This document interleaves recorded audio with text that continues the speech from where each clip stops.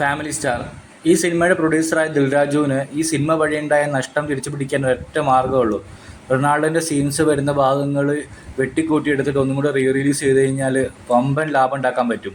കാരണം റൊണാൾഡോയും കൂടി ഇല്ലായിരുന്നെങ്കിൽ സിനിമയുടെ അവസ്ഥ നല്ല ശോകമായേനെ.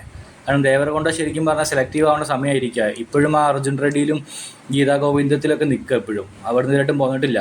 പുള്ളിയുടെ കഴിഞ്ഞ പടങ്ങളായ വേൾഡ് ഫേമസ് ലവറും നോട്ടയോ അല്ലെങ്കിൽ ഏതാ ലൈഗറൊന്നും ഞാൻ കണ്ടിട്ടും കൂടിയില്ല. ഈ സിനിമ കാണാനും ആകെ മൃണാളുകൊണ്ട് മാത്രമേ ഞാൻ കണ്ടത്, ഇല്ലെങ്കിൽ ഞാൻ കാണത്തേ ഇല്ലായിരുന്നു.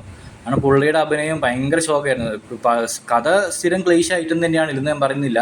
കഥ ക്ലീശായിട്ട് ഇറങ്ങിയിട്ട് വമ്പൻ ഹിറ്റാകുന്ന പടങ്ങളുണ്ട്. പക്ഷെ പുള്ളിയുടെ അഭിനയം നല്ല രീതിയിൽ ശോകമായിരുന്നു. സെക്കൻഡ് ഹാഫിൽ അമേരിക്കയിലുള്ള സീൻസൊക്കെ ശരിക്കും വെറുപ്പിച്ച് കയറ്റി തന്നിട്ടുണ്ട്. ആ രീതിയിലായിരുന്നു.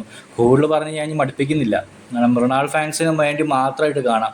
അതേപോലെ തന്നെ ഇതിനകത്ത് ഒരു പാർട്ടിയുമുണ്ട്, ദേവരകൊണ്ടയുടെ ഗ്രാൻഡ് മദറായിട്ടുള്ളത്. പുള്ളിക്കാരത്തി നൈസായിരുന്നു. പുള്ളിക്കാരത്തിയുടെ എന്താ പറയുക, ചെറിയ ചെറിയ എന്താ പറയുക, ക്യൂട്ടായിട്ടുള്ള കുറേ സംഭവങ്ങളൊക്കെ ഉണ്ട്. അതൊക്കെ ഭയങ്കര രസമായിരുന്നു കണ്ടിരിക്കാൻ വേണ്ടിയിട്ട്.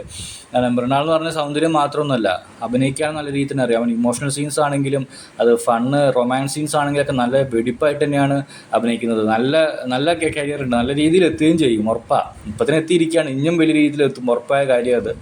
അപ്പം അതേപോലെ തന്നെ ഇതിൻ്റെ ഡയറക്ടറായിട്ടുള്ള പരശുരാം, എൻ്റെ ഫേവറേറ്റ് ആയിട്ടുള്ള മഹേഷ് ബാബുവിന് സർക്കാർ വാരിപ്പാട്ടിൽ അടിച്ചെണ്ണാക്കി കൊടുത്തു.